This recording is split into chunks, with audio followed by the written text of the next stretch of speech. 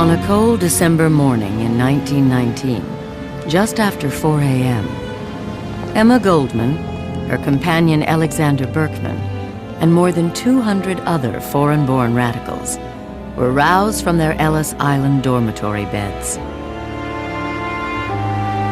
In the freezing darkness, the deportees began a journey into exile.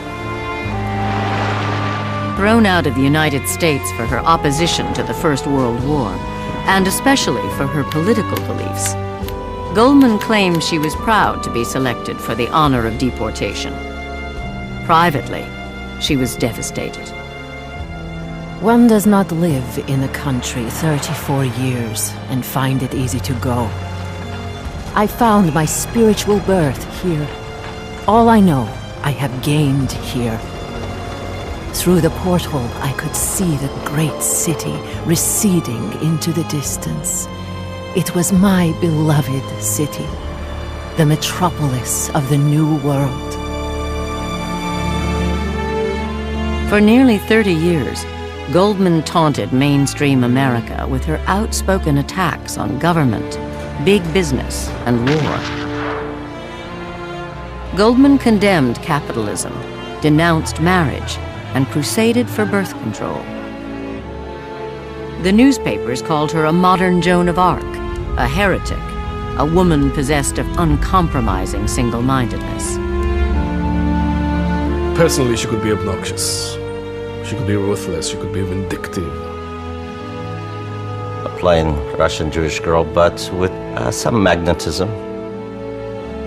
I think she was a serious political theorist who actually thought through an anarchist movement you could create this kind of self-governing world. Whenever the state became too powerful, when it became too intrusive in people's life, when it became too cruel, Emma's voice was there. Anarchism was often associated with violence and terrorism, and that's the image that people have today. I think her whole life was operatic, meaning flamboyantly larger than life. Goldman's story is one of passionate defiance. The story of a life dedicated to free speech, free thought, free love. The story of an exceedingly dangerous woman. I think she was a difficult person, maybe a dangerous woman to everybody. She was totally unacceptable.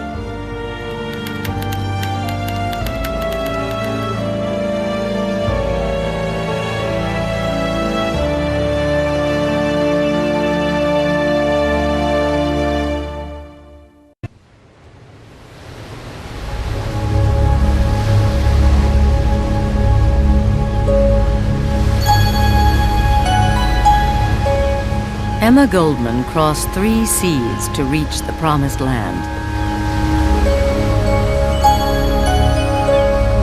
In 1885, the feisty 16-year-old Russian girl had just escaped an arranged marriage by threatening to drown herself in the Neva River.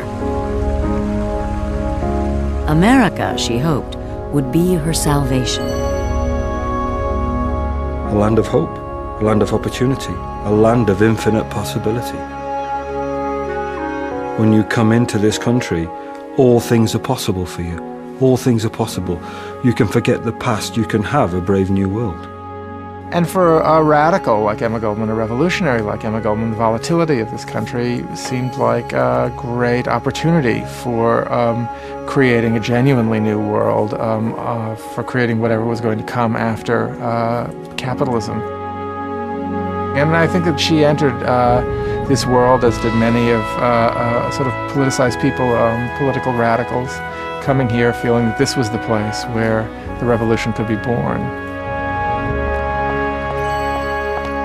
It was the 15th of August, the day of my arrival in New York City. All that had happened in my life until that time was now left behind me, cast off like a worn-out garment. Cast off was a miserable childhood in St. Petersburg, where she lived under the tyranny of a czarist regime and under the thumb of a father anxious to rid himself of this unwanted, rebellious daughter. She had also just walked away from 4 years of factory work in upstate New York and walked out on a brief, loveless marriage to an immigrant like herself. I was 20 years old. My entire possessions consisted of $5 and a sewing machine. I had no friends, but I carried the address of Die Freiheit, an anarchist newspaper. Within a day of her arrival, Goldman walked into Sachs Cafe.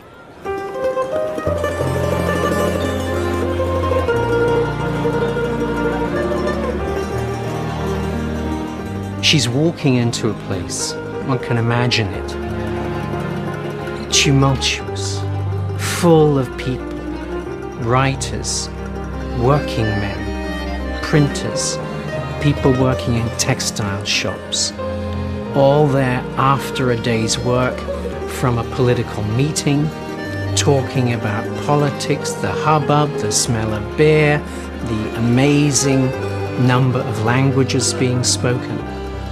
She came home when she came to Sachs. Sitting at a nearby table was Alexander Berkman. Berkman, called Sasha by his friends, had been in the country only a year. He would become the still point of her life. He was quite standoffish at first. He didn't think women were reliable revolutionaries.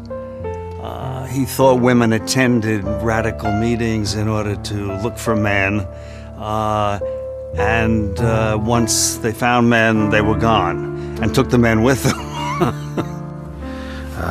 He's young, he's ferocious, he's charming, he's dedicated. He lives and breathes anarchism. She's aware that something's happening in her. She may not even be aware of it. Maybe we're saying too much. You've suddenly changed, and you're there. And now you are with other people. You're not alone. It's been a fantastic time for her.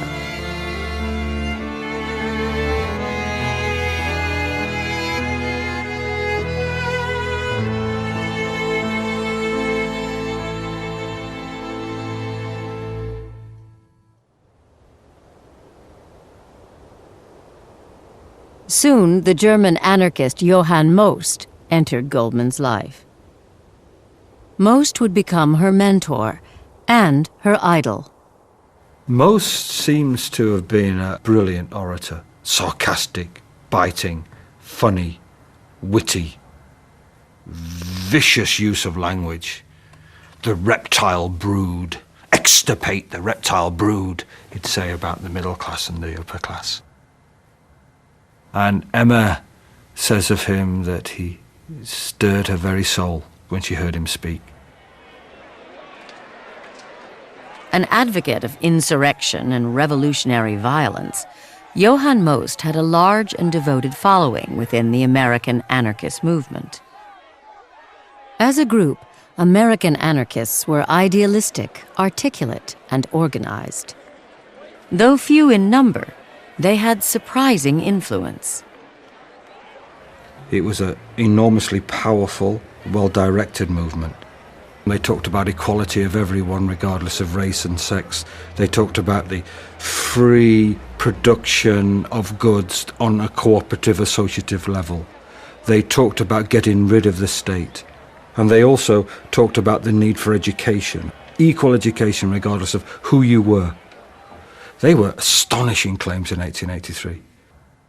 In 1886, the anarchist movement captured headlines around the country. Falsely accused of a bombing in Chicago's Haymarket Square, 4 men, all anarchists, were put to death. Their trial and execution became a rallying point for firebrands like Johann Most and galvanized a new generation of radicals. Emma Goldman is baptized by violence, so to speak, or at least that's the way she sees her career as an anarchist. She becomes an anarchist after the 5 Haymarket martyrs are executed. And she feels great affinity with these 5 men. She later on in life calls them parents, intellectual parents. For Goldman, it must have seemed that, and for Berkman, it must have seemed that they finally had their founding stone. It was the place where they took their oath. Very quickly, she found her own voice and found that people responded to her because she spoke with such great conviction. I think on stage she was possessed. From what I've read about her performances, I think of her as a speaker who let herself go and inspired herself.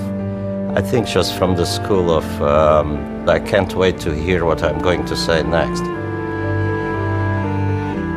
At her first speaking engagement, Goldman panicked. Unable to remember her topic, the campaign for the 8-hour day, she spoke instead of her great ideal, anarchism. I could sway people with words. Words that welled up from within me, from some unfamiliar depth. To Goldman, anarchism combined an optimistic faith in human nature with an intense distrust of authority. She defined anarchism as a new social order based on liberty and unrestricted by man-made law. In this anarchist world, government would be replaced by a spirit of free cooperation.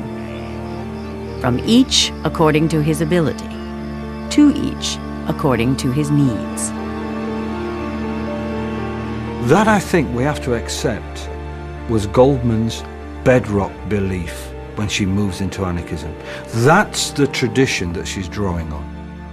So you've got this ideal, which is the most extreme of all. You can't vote in anarchism. You can't get coalitions with various other groups to get anarchism. Anarchism is the most extreme of all. And therefore, how that balances with the needs and the feelings and the routines of everyday life was a huge problem for American anarchists and anarchists worldwide. Well, how can I deal with the fact that I haven't got any rent? That's a huge gap. Anarchism as a political philosophy is almost jaw-droppingly naive. Freedom is a good inclination. Suspicion of state power is a good inclination. The question is, how is that to translate into practical politics? I think she was a serious political theorist who actually thought through an anarchist movement you could create this kind of self-governing world. Anarchism is sort of the noblest of all dreams. It seems to me in some ways it's almost a profoundly Christian dream, though people never talk about it that way. Well, why do people stick with their God? It's what they have. That was her God, that revolutionary ideal. She was a very religious woman, if you think about it. But Goldman also believed that to create a more perfect society, acts of political violence were occasionally justified. A belief shared by her friend and lover, Alexander Berkman. Violence would soon begin to dog her every step.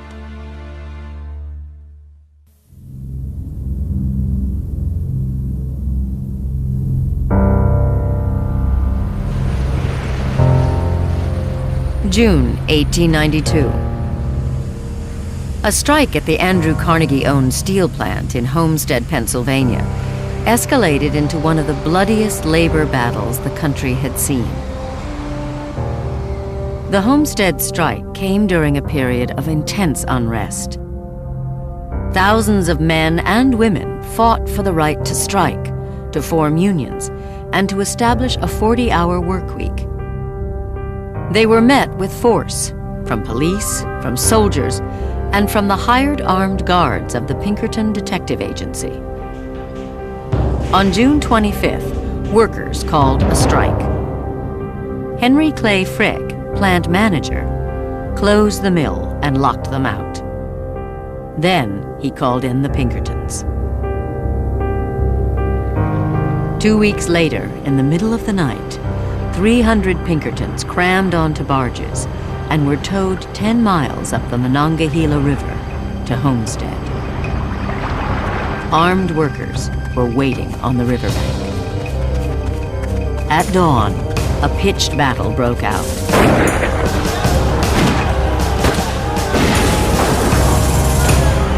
12 hours later, 3 Pinkertons and 7 strikers lay dead. To us, it sounded like the awakening of the American worker, the long-awaited day of resurrection. In Alexander Berkman, it stirred something deeper. It was the moment for what anarchists called propaganda by the deed, a political assassination. His target, Henry Clay Frick. Emma and Sasha and their friends live in virtual reality. There's therefore a sort of an element of folly in their attempt to solve this country's problems by going to Pennsylvania and getting rid of this industrialist. And they do believe that by getting rid of Frick, they'll ignite a revolution. But what neither of them have, Sasha, Emma, or any of their friends, is a cultural translator, someone to explain to them the intricacies of this culture, the indigenous culture, in part because it's a blind spot. They really don't understand that there is a difference between living in the United States and living in Tsarist Russia.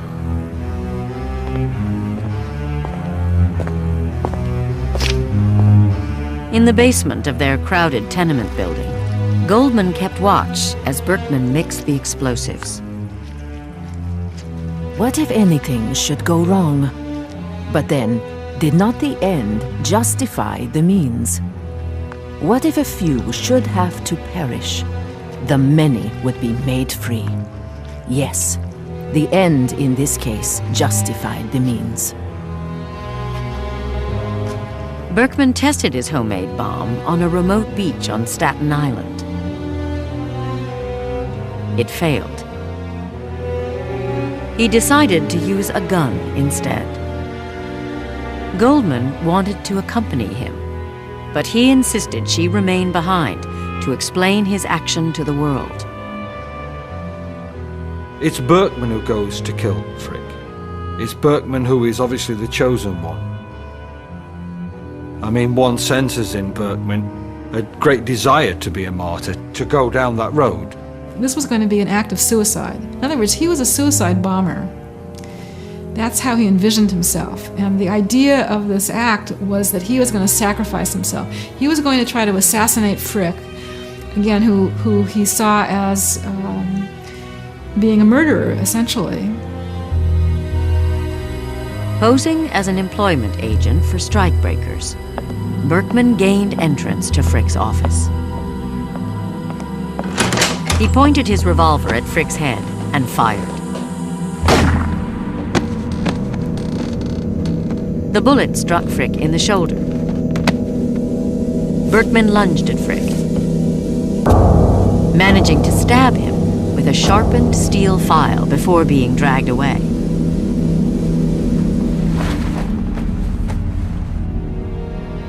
Frick stopped a deputy sheriff from shooting Berkman.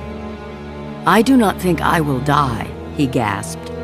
"But whether I do or not, the company will pursue the same policy, and it will win.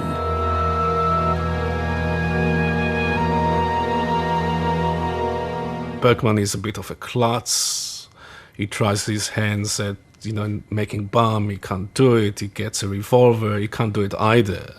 It's a bit of a radical pulp fiction with very crude elements and great emotions, but very little experience and very little understanding of the place and also of the time.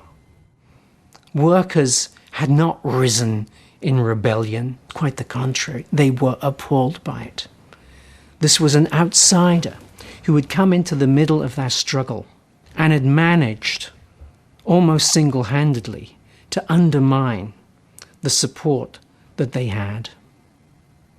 The workers wanted better wages, job security, better working conditions, recognition of their union. In other words, everything the workers wanted were ways in which they could advance in American capitalist society.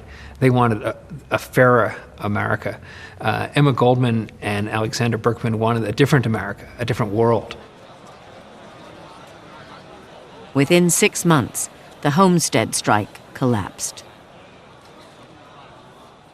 Berkman was sentenced to 22 years. He and Goldman kept her role in the plot against Frick a secret. On a balmy fall day, Berkman began his sentence.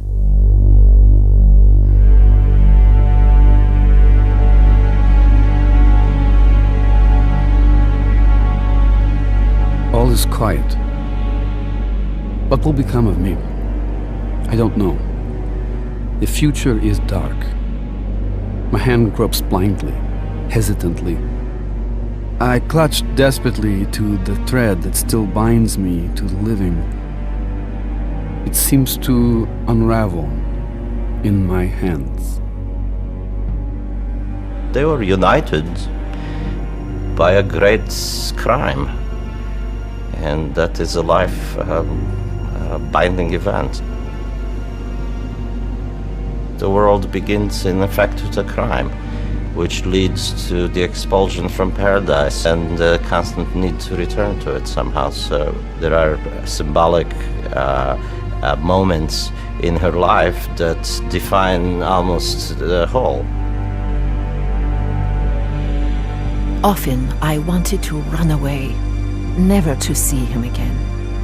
But I was held by something greater than the pain, the memory of his act, for which he alone had paid the price. I realized that to my last breath, it would remain the strongest link in the chain that bound me to him.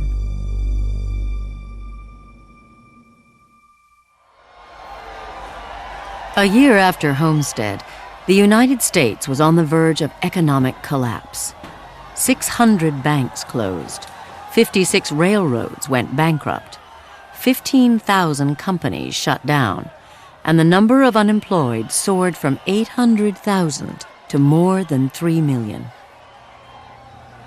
I think the Panic of 1893 is the most important phenomenon in the development of modern American history, and particularly modern American radicalism.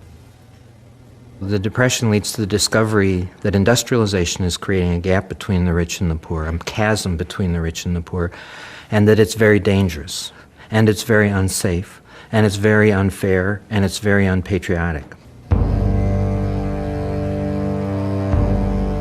Goldman helped organize mass meetings and hunger demonstrations. On August 21st, 1893, she led a march of 1,000 to New York's Union Square, carrying a red banner. Go into the streets where the rich dwell. Ask for work. If they do not give you work, ask for bread. If they do not give you work or bread, then take bread. You want bread? Go and take it. You're starving? Go and take it. Make restaurants feed you. Make bakeries give you food. And she'd been very powerful to the extent that people had been very, very impressed by her oratory and her power. Just 24, Goldman was already recognized as a professional agitator. Her talk of insurrection, of doing without government, of encouraging the unemployed to take matters into their own hands, of thousands of workers going door to door demanding food, was terrifying to authorities. She was arrested and charged with inciting to riot.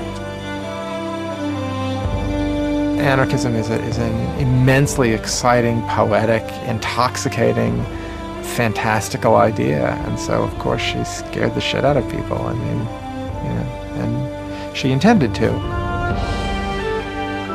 I think what made her so scary to those people to whom she was scary, and probably is exactly what made her appealing to those people who found her appealing, which is that she was an incredibly free spirit. She's in the public eye, she's famous, she's notorious.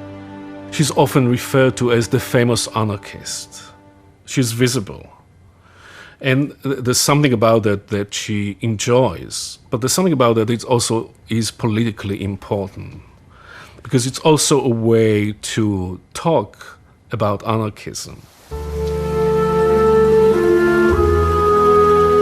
Goldman was sentenced to 1 year in prison. She used the time to educate herself, reading Emerson, Thoreau, and Whitman. She also trained as a nurse. When she was released in the summer of 1894, Goldman was met by a crowd of 2,800. She told them she'd been imprisoned for talking. She would soon begin talking again, this time about psychological repression and Sigmund Freud. She began speaking about marriage, female emancipation, and sex.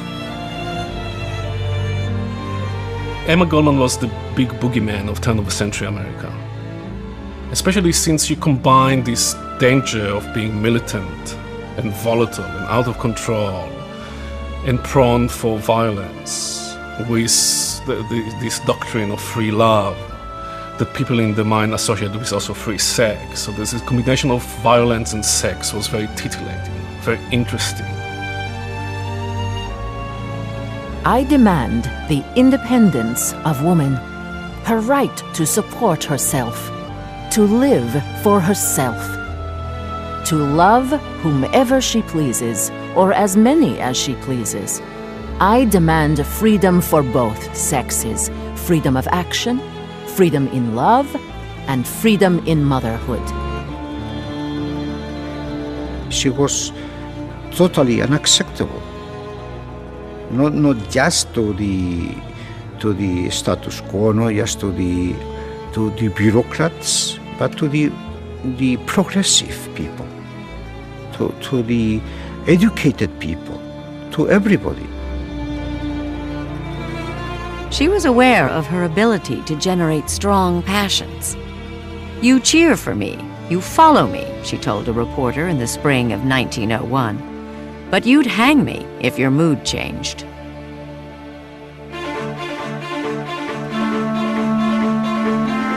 In May 1901, Goldman gave a lecture entitled "The Modern Phase of Anarchy," an incendiary talk on political assassination and the glory of martyrdom. Leon Czolgosz, a young would-be anarchist, sat in the audience listening attentively.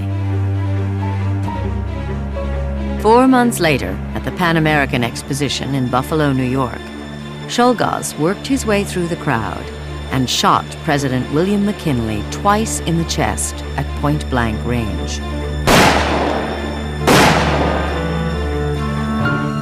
Czolgosz told the authorities that Emma Goldman had set him on fire when he went to hear her speak. And this immediately led to a condemnation of Goldman throughout the country. She was actually in danger of her life, and it led to the arrest of any anarchist or any perceived radical the police could get their hands on. Goldman was arrested and interrogated. After the death of McKinley, and after authorities failed to turn up evidence connecting her to the assassination, she was released. To the horror of a grief-stricken public, she threw herself into an impassioned defense of Leon Czolgosz. As an anarchist, I am opposed to violence. But if people want to do away with assassins, they must first do away with the conditions which produce murderers. Goldman's defense of Czolgosz, I think, very much damaged the anarchist movement. But it damaged it in the sense of, once again, going back to the central question of, were anarchists for violent overthrow of the government or not? This is the trail, the thread that leads constantly through anarchism's debate over just what it was and how it intended to bring about its utopia. To my mind, there's no question that she romanticized Czolgosz as an isolated, lone, heroic individual. She identified him, I think, with Berkman, and that was one of the reasons why she couldn't bring herself to criticize him. In a speech to Congress, the new president, Theodore Roosevelt, declared, "The anarchist is the enemy of humanity, the enemy of all mankind."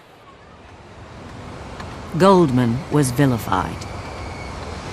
Many labor unions distanced themselves from the anarchists to safeguard the modest successes they'd won over the years. Some of Goldman's own comrades accused her of causing the movement irreparable harm. Even Berkman denounced Czolgosz, who was put to death in the electric chair.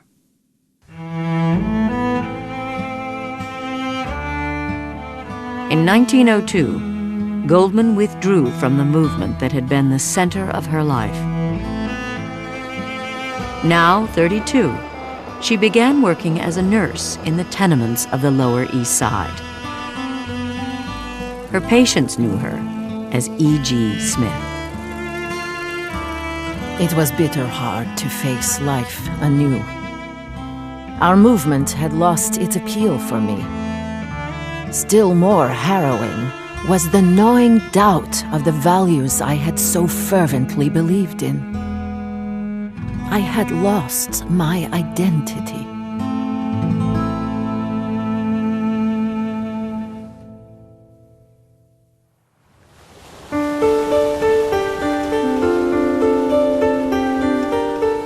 Goldman's isolation didn't last long.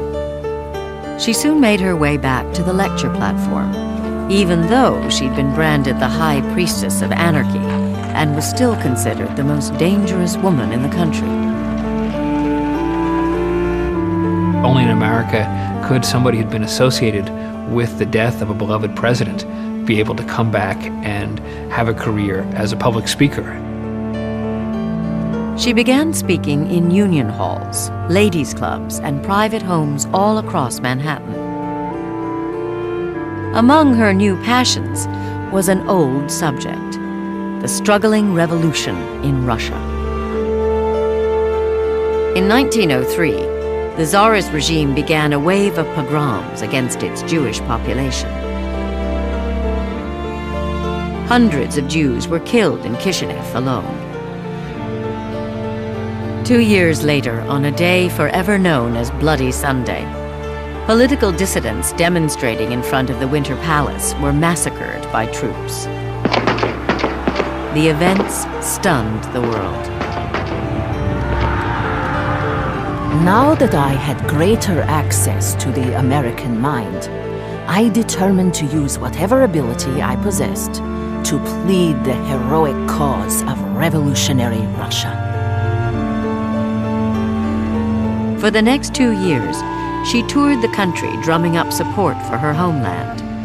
Her talks on Russia, on the rights of workers, on civil liberties, and even on anarchism drew large, sympathetic crowds. She found the world was catching up with her. Here were people with an interest in what Emma Goldman had to say because there was this growing awareness of really the social costs of capitalism. In the spring of 1906, Goldman revived a dream to publish a magazine devoted to politics and literature. Its high-spirited prose, she wrote, would voice without fear every unpopular cause. She called her new magazine Mother Earth. Goldman, in thinking about making herself into a practitioner of arts and letters, a woman, an immigrant Jew, was really ahead of her time. The title, Mother Earth, speaks to Goldman's ambitions, but I think also more deeply to her monumental fantasies of herself. Goldman's Manhattan apartment at 210 East 13th Street became the informal headquarters of her new magazine. It also served as a haven to an extended family of writers, artists, and journalists. Goldman called it the home for lost dogs. She was an earth mother, a term that's in the 60s really came to mean the bountiful woman at the center of the commune that feeds everybody and makes sure they don't eat too little.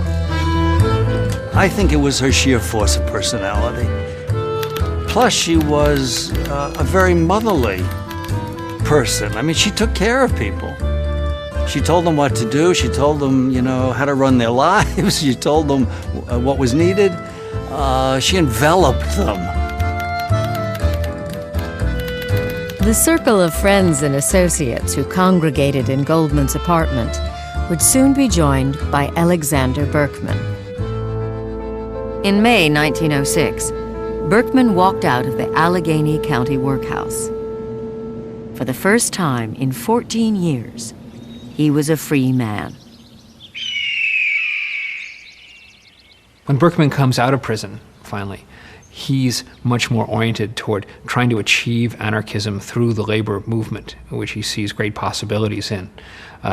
Goldman's orientation is much more for a kind of movement that cuts across class lines, that attracts the middle classes to anarchism. Her mind has matured, but her wider interests antagonize my old revolutionary traditions.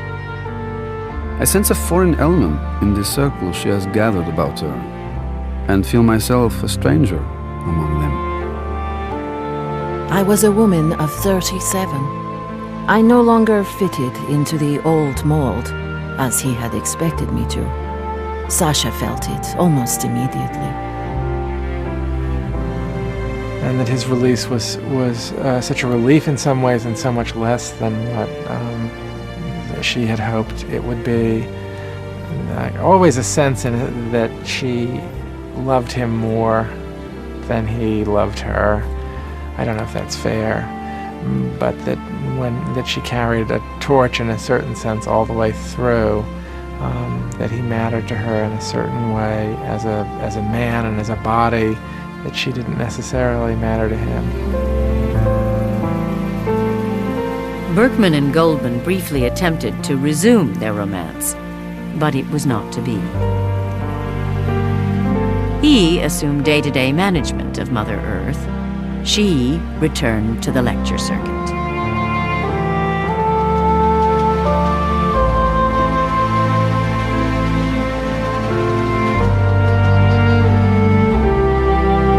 In the spring of 1908, now 40 years old, Goldman met someone else, a flamboyant young doctor, 10 years younger than herself. A man of considerable life experience, he was a budding social reformer, a whorehouse physician, and a former hobo. Ben Reitman was a doctor and a hobo. She fell in love with him almost instantly, and it was really a, great magnetic flash between them. It was another one of those Goldman flashes, like coming to New York and finding what she wanted the very first day. It was apparently love at first sight, or certainly alchemy at first sight. There is something very American about Reitman because he was filled with a kind of raw energy. He didn't give a damn about what people thought, and he was a great manager. So there was a great deal of charm to this to this creature who was also weak and insecure, and the mama's boy, all the flaws that she recognized as being so truly awful, and yet she loved him so.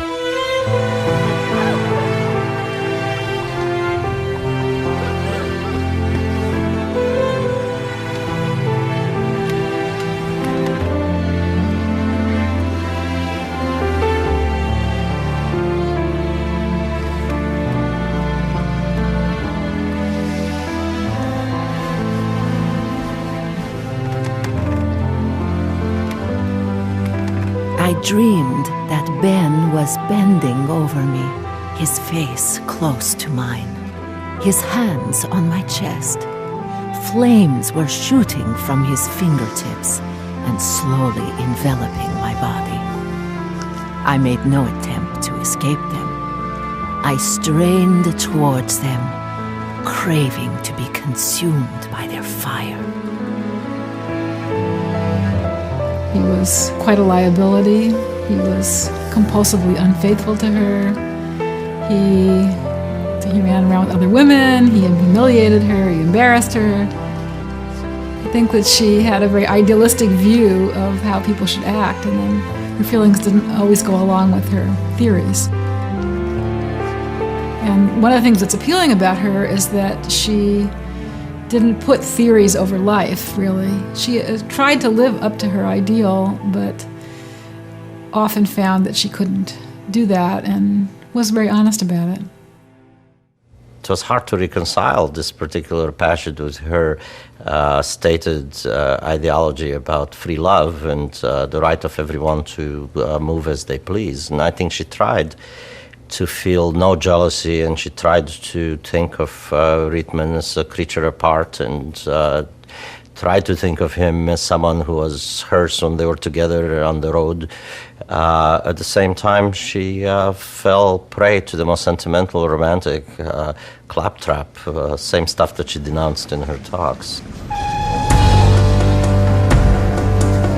For almost a decade, Goldman and Reitman spent nearly half of every year on the road, maintaining a relentless schedule of radical agitation from coast to coast.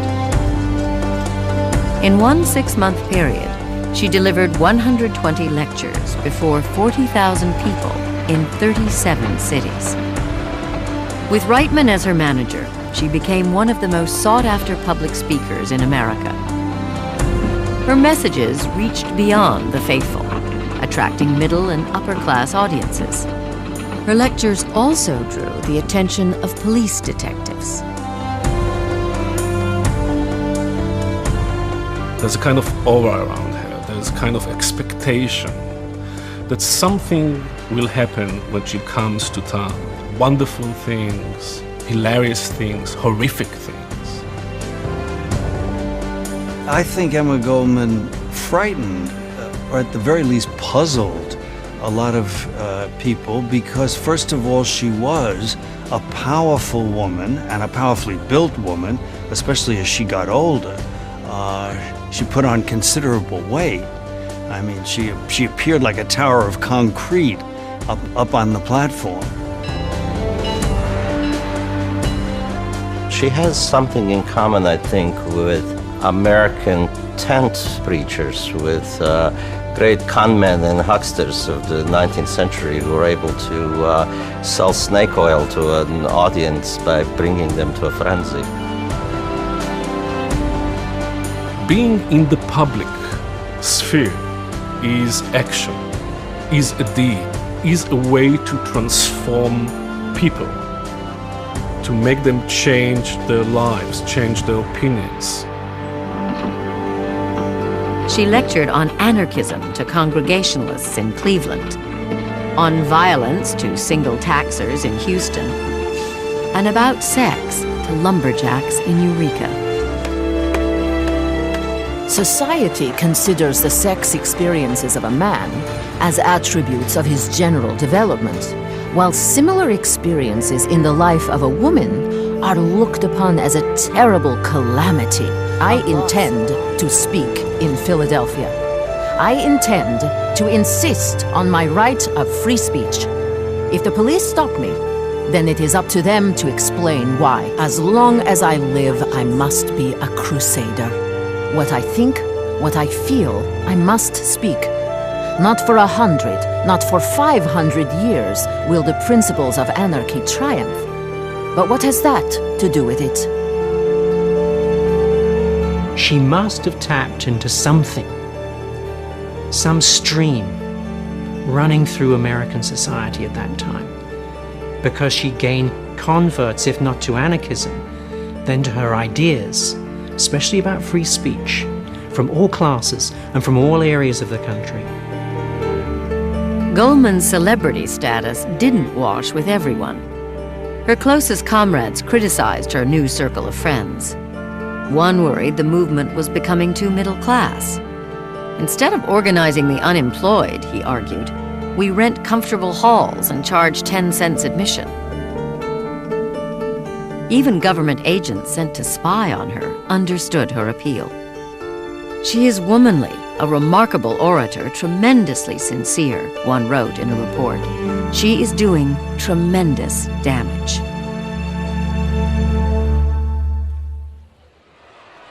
At home in New York, unemployed workers, trade unionists, and socialists kept up a daily round of rallies and demonstrations.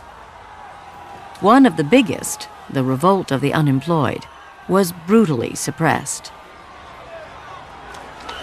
Conflicts between capital and labor escalated. In Lawrence, Massachusetts, striking workers faced the rifle butts of the state militia. At the Standard Oil Company in Bayonne, New Jersey, workers striking for humane treatment on the job and a living wage were shot by hired guards. And in Ludlow, Colorado, striking coal miners and their families were gunned down by the local militia. It seemed that whatever happened, you could get away with if you were rich. You could do anything. You could kill women and children, and nothing would happen to you. There you go, tough. And so it just created this desire to strike back. Anarchists have taught people that violence is justified in the struggle of labor against capital. Labor will ultimately knock the last master off the back of the last slave. Things were so bad that the radical reaction was in an inverse proportion. The more violent and dangerous life was, the more violent and dangerous the radicals would be. They were always a mirror of disaster, of the ongoing disaster. They were more extreme then, and there was less rueful historical knowledge about the final counterproductive nature of violence. Goldman's position on violence was never totally clear. She rejected violence intellectually, but always her sympathies went to the motivations of those who committed acts of violence. Violence never has and never will bring constructive results, she wrote. But my mind and my knowledge of life tell me that change will always be violent. She felt that violence sometimes was necessary because of the implacable opposition of governments and industrialists to workers. Over time, she recognized that almost invariably, however, those acts were counterproductive. You are giving them a sword if you talk about using a sword yourself.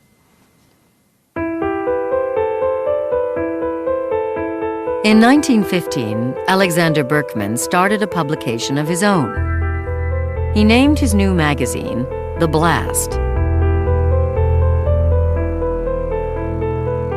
Goldman went back on the road with Ben Reitman, this time to campaign for birth control. This tour would be their most successful ever. It was also quite illegal. Talking about sex and contraceptives in public was a crime. she sees birth control as a social issue. For her, it was almost a sense of freedom for the woman to have whatever relationships they wanted and whatever life they wanted. It was critical. And it was also critical in terms of social change, of empowering poorer women. In February 1916, Goldman was arrested in New York and sentenced to 15 days in the workhouse. 10 months later, Reitman was arrested. He received a 6-month sentence, the longest sentence served in the United States by a birth control advocate.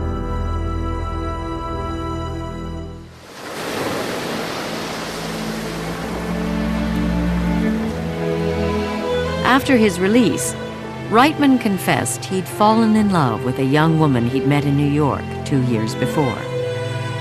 "I had been seduced by an ordinary man's desire for a home, a wife, and a child," he wrote. His love affair with Goldman was over. In 1917, Ben Reitman and Anna Martindale were married. Goldman was stunned.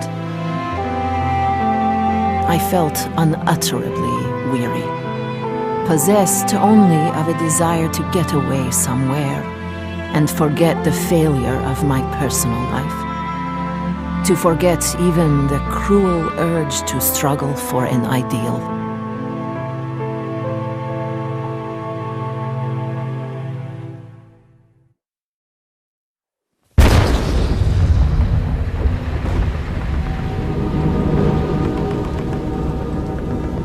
Between the summer of 1916 and the spring of 1917, the mood of the country darkened. The war in Europe was dragging into its 3rd year, a year of military stalemates, trench warfare, and mud. When America entered World War I in April 1917, Goldman saw it as a disaster. You cannot support any country in war when, innocent as she would see it, men would be slaughtered. Innocent families would have brothers, husbands taken away from them and slaughtered. No, you can't do that. That's the basis of your anarchism. The idea of nationalism appalled her. She thought nationalism was a big scam. Her point of view was that these wars were a matter of property interests of the upper classes that were sending the working classes out to fight for them. And that didn't make sense for a butcher's assistant in Hamburg to fight a butcher's assistant in London. Goldman was far from alone in her opposition to the war. Dozens of organizations throughout the country had argued the war was morally wrong. The First World War was marked by the insecurity of the administration. I mean, this is an administration that promised not to enter the war. And once it decided otherwise, it became very, very defensive, insecure, and therefore insisted on consensus by any means. We're not a liberal society when we go to war. During the Civil War, we weren't. Abraham Lincoln, one of our great presidents, arrested hundreds of people who wrote against the war. And during the First World War, it became one. I mean, there was a combination of vigilantism and official repression. In June, the Espionage Act went into effect. It decreed stiff fines and prison terms for anyone who obstructed the draft. A year later, the sedition law threatened those who defied the government with expulsion. J. Edgar Hoover, a 23-year-old law clerk enjoying a meteoric rise in the Justice Department, collected information on foreign-born radicals. Hoover was anxious to bring what he called intellectual perverts, like war resistors and anarchists, to justice. He reserved a special loathing for Goldman. Once again, Emma Goldman and Alexander Berkman joined forces to organize resistance. Their lectures drew large, contentious crowds. In May 1917, They launched the No Conscription League. It opposed all wars waged by capitalist governments. We believe that the militarization of America is an evil that far outweighs any good that may come from America's participation in the war. We will resist conscription by every means in our power. In its short life, the League organized 3 protest rallies. 8,000 people attended the first meeting in Harlem. Those meetings are crackling with tension. By the time those speakers get onto that stage, there are catcalls, there are shouting, and there is an electric feel.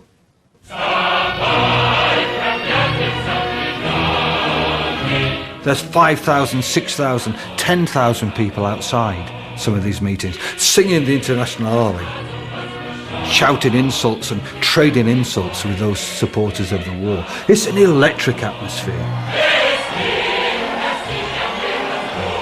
The way in which Goldman and Berkman faced the war fury of 1917, said a friend, was the most stirring manifestation of sheer physical courage I have ever seen.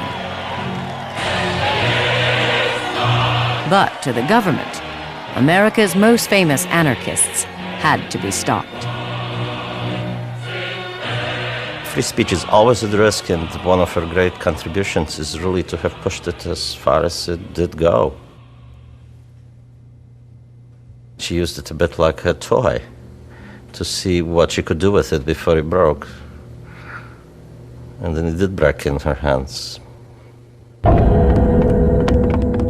On the afternoon of June 15th, a federal marshal and his deputies bounded up the stairs of Goldman's East 125th Street address and ransacked the place.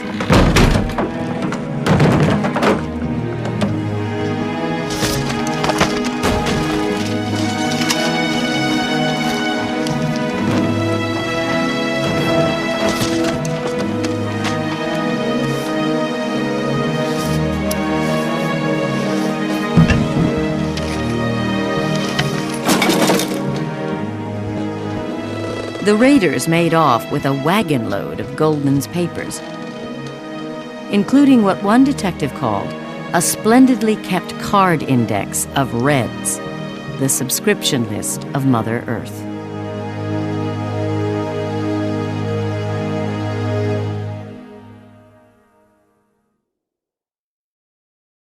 Goldman and Berkman were charged with conspiracy to violate the Draft Act, a federal offense.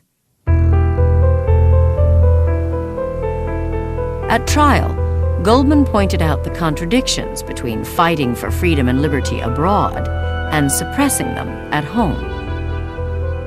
If America had entered the war to make the world safe for democracy, Goldman insisted, she must first make democracy safe in America. After 39 minutes of deliberation, the jury announced a verdict: guilty. Goldman and Berkman spent 22 months behind bars, much of it tracking events in Russia. The Great October of 1917 had ended 3 centuries of Romanov rule virtually overnight. It was the culmination of a dream by both anarchists and Marxists, and a time to place partisan rivalries aside. Goldman and Berkman put their trust in the Bolsheviks.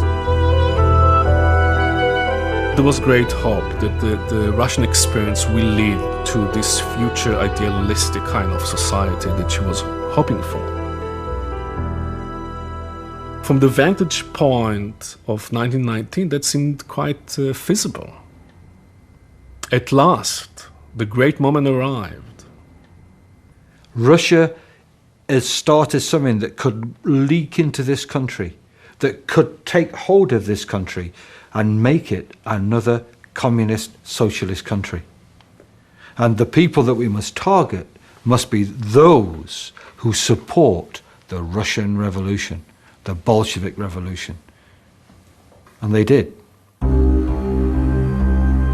Throughout the autumn of 1919, Attorney General A. Mitchell Palmer directed roundups of radicals in what would come to be known as the Palmer Raids. Thousands of arrests were made without warrants. Those arrested were held for weeks without bail, without access to counsel, even without notification of their families. Before it was all over, an FBI official declared, "I believe that with these raids, the backbone of the radical movement in America is broken." The government wanted people like Goldman and Berkman out of the country because they could be catalysts for what was seen as a potentially disruptive, reinvigorated labor movement. And it's completely impossible to understand that separate from this Red Scare. They went hand in hand. On September 27, 1919, America's most famous anarchists walked out of prison. Berkman soon followed. To Goldman, the America she greeted upon release reminded her of the czarist tyranny she had fled at the age of 16. By December 5th, Goldman and Berkman were prisoners again, this time at Ellis Island. They had already been served warrants for their deportation. She knows she's going to be deported. She believes it. Just like she knew that there was going to be hard, bad times as World War I creaked into motion, she also knew that she was going to be deported. There's no question of that. She knew it, and she expects to go. From her cell, Goldman wrote a friend how strange it was for one who'd lived and worked in the United States for more than half her life to be thrown out of the country for mere opinion's sake. Their mad rush in getting us out of the country is the greatest proof to me that I have served the cause of humanity, that I have never wavered or compromised. She went with quite a bit of bravado. It was very, very tough. And she had been living here for over 30 years. She was an American. To be kicked out like that was a tremendous shock.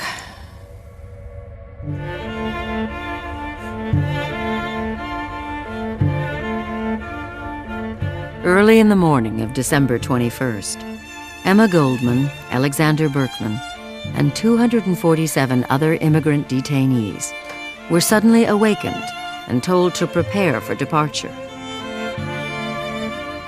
Searchlights swept the island as they were hurried down a long corridor.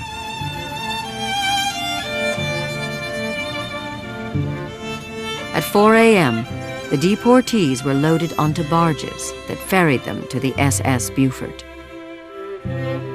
One does not live in a country 34 years and find it easy to go. All the turmoil of body and soul, all the love and hate that come to an intense human being have come to me here. I have helped to sow the seeds and hope to see their fruition, even if I will be too far away to participate in the harvest. As the Beaufort slipped from her berth, a group of newspaper reporters and congressmen cheered.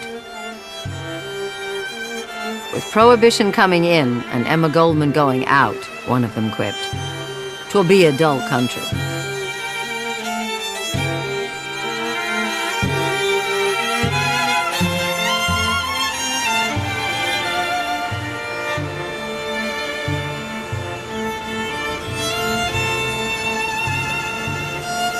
On January 19, 1920, after crossing Finland in sealed railroad cars, Goldman, Berkman, and the other deportees reached Soviet Russia.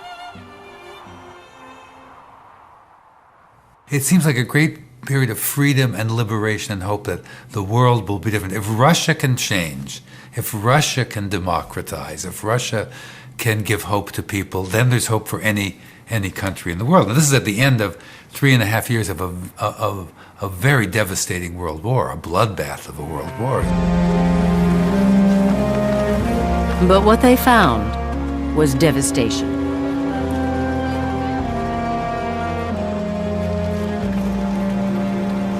When she got to Petrograd, I think she found the city to be a total surprise. And I think that part of the problem, before we can even talk about the political situation, is the fact that she was American. She had become Americanized. She had become used to a certain way of thinking, a certain way of being.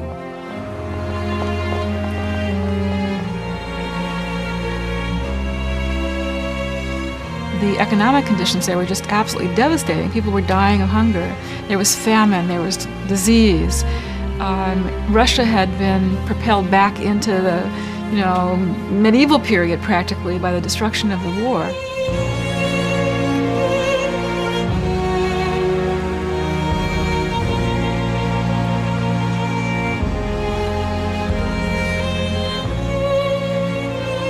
Horses lay in the street dead because there was nothing to feed them. Rubbish began to collect in the cities because nobody could be dragooned into clearing them. Vermin spread.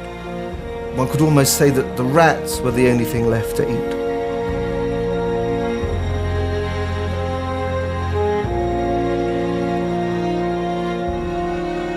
Faced with growing unrest, the Bolsheviks cracked down hard on dissent. Goldman soon confided her disillusionment to a friend who was close to Lenin. Suppression? Persecution? Goldman wrote. Was it for this the revolution had been fought? Her friend arranged for Goldman and Berkman to meet Lenin. Lenin sat behind a huge desk. We were treated to a volley of questions. When could the social revolution be expected in America? Was the rank and file a fertile soil for boring from within? What about the IWW? And they argue for free speech. What about free speech? And he looks on them and he treats them rather like adolescents who are learning, about life. And he says, look, that's a very bourgeois notion, he says, roughly. Here we are, surrounded by enemies on all sides. What do you mean, free speech? The White Russians are attacking us, we've got traitors inside, we've got collaborators inside, we've got all sorts of people operating in this country. What do you mean, free speech? You can't have free speech in this revolutionary situation. I think ultimately she's probably an enlightened fool, in that she intellectualized a revolution she didn't really understand, and projected onto Russia her own hopes of liberation, hopes which I suppose were rooted in her own personal trajectories. And that was a pretty foolish thing to do. For Goldman and Berkman, the decisive moment came on March 16, 1921. That night, the Bolsheviks attacked Kronstadt, a naval base near Petrograd, and the last bastion of anarchist dissent.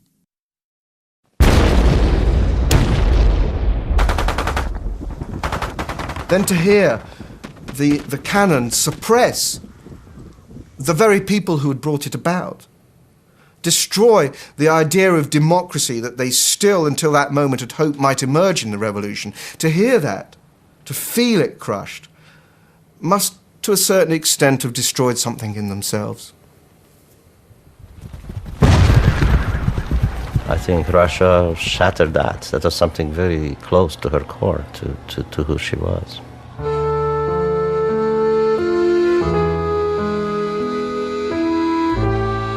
So clearly this was no place for Goldman, this was no place for Berkman, this was not a place for any kind of joy, leave alone a place for any kind of dissent.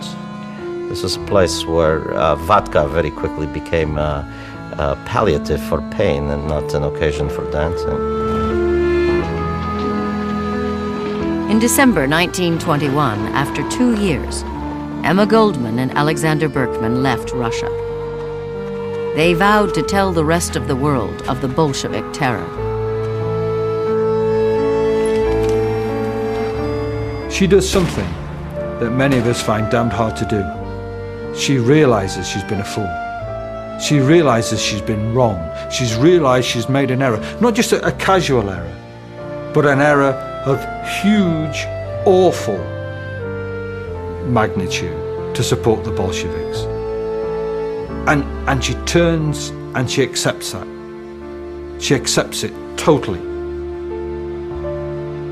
Revealing the truth about the Bolshevik regime became a crusade for Goldman and Berkman. Their old enemies on the right praised their analysis of a revolution gone wrong. Old comrades on the left condemned them. So there must have been a sense of frustration. You know, hell, we've seen it, but we can't convince people of how it really is, and we can't uphold any real belief in socialism anymore. And that's a very tragic situation to be in, I think, when you both lose everything you believe in and yet have nowhere else to go. And so she found herself once again in no man's land. So by her own hand, in fact, she sent herself into an intellectual exile as well. So she was a specialist of exile.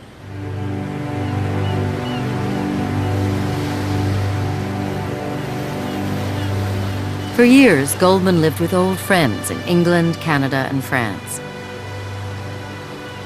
Then in the spring of 1927, she received a cable from the American arts patron Peggy Guggenheim.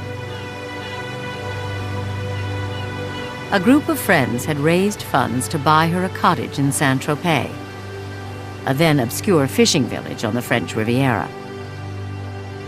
There, she could live and work. Berkman named it Bon Esprit.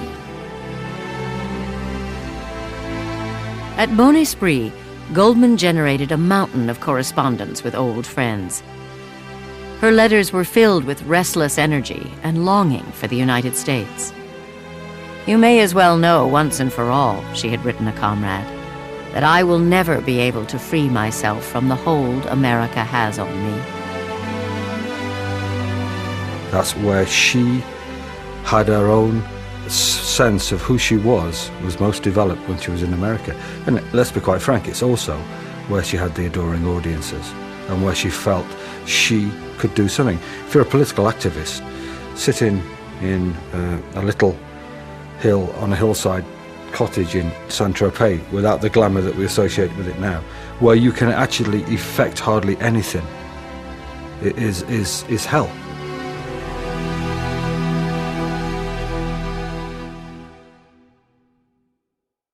After nearly 40 years in the public eye, Goldman was welcome nowhere. Berkman shared her despair. "The truth is," he wrote, "our movement has accomplished nothing, anywhere."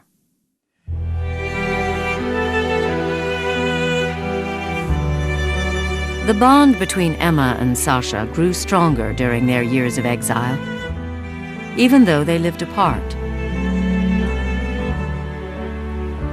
He was now in desperately poor health. There is not much to congratulate oneself on, is there, dear? Except that, after all these years, our old friendship has remained unchanged. And indeed stronger and more understanding and intimate than ever. And that is a very great deal. They were comrades.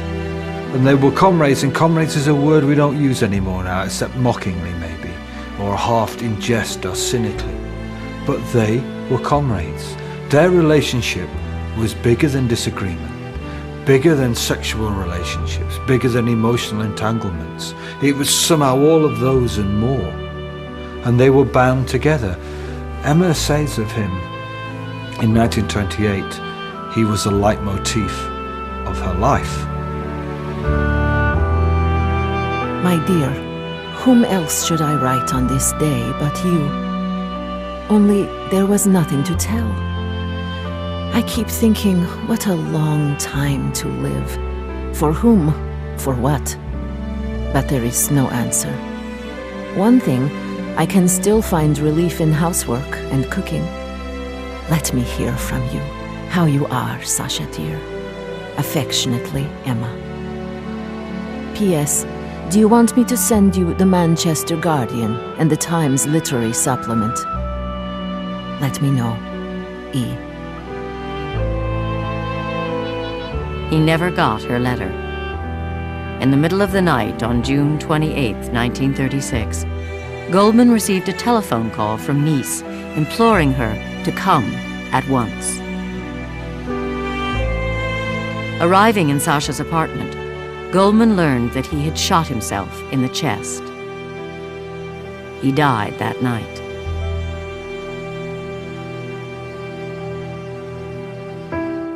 This great center force of her life has gone. I think it must have been, in her life, the most devastating personal loss she ever had. I don't think that, I know that. 2 months after Berkman's death, friends came to see Goldman in Saint-Tropez. They found her distraught, even, they thought, on the verge of a nervous breakdown. One friend saw her walking alone in the garden at Bon Esprit, calling out softly, "Sasha, where are you?"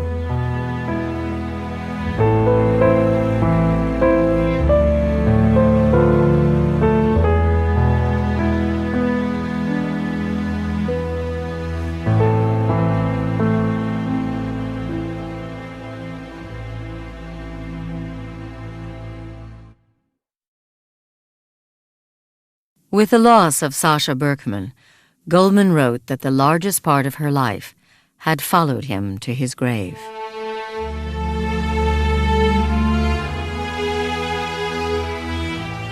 During 2 decades of exile, she returned to the United States only once, following the publication of her 1,000-page autobiography. Throughout her visit, the 64-year-old activist was dogged by the FBI. Even so, she lamented at the end of her stay, she would have returned to America if she'd had the choice. Emma Goldman spent the last few months of her life in Canada. On February 17, 1940, she'd been sitting with 2 friends, laughing and talking, playing bridge. Suddenly, she collapsed in her chair. She suffers a stroke. An ambulance is called, friends arrive, and one of them, Arne Thorne, remembers her on a stretcher being taken out, and the only gesture she could manage was to pull her skirt down over her knee. To be silenced and to lay there unable to speak. And no one else could do that to her. Not a government in the world could do that to her, you know. Not a government in the world could. And she must lay there. I think it's unbearably sad. On May 14, 1940, Emma Goldman died. Denied entry into the United States for so many years, she was finally permitted, in death, to cross the border. She was buried in Chicago's Waldheim Cemetery, near the graves of the Haymarket martyrs.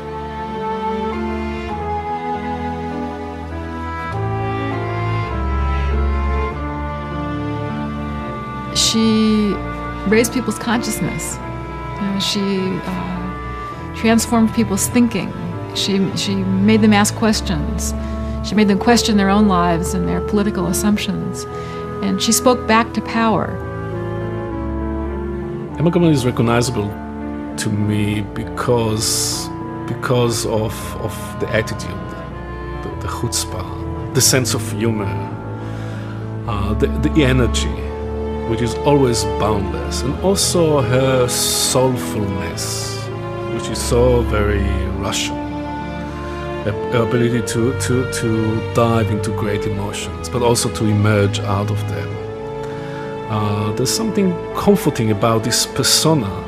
There's something reliable about Emma Goldman. It's hard to imagine how the human heart can sustain that level of passion and intense concentration on the possibility of change that becomes, their heartbeat. We're so sort of stuck in the gray middle, and you read her and she lived her life on fire. There's something utterly thrilling about that. If we look at everything that she did, the fight for free speech, the fight for women to have control over their bodies, the fight against state intrusion in our life, the fight against totalitarianism, becoming the nettle of our conscience. She didn't do it for wealth. She didn't do it for money. She didn't do it for personal gain. She did it for all of us. And she's awkward, and she's ornery, and she's a pain. Great.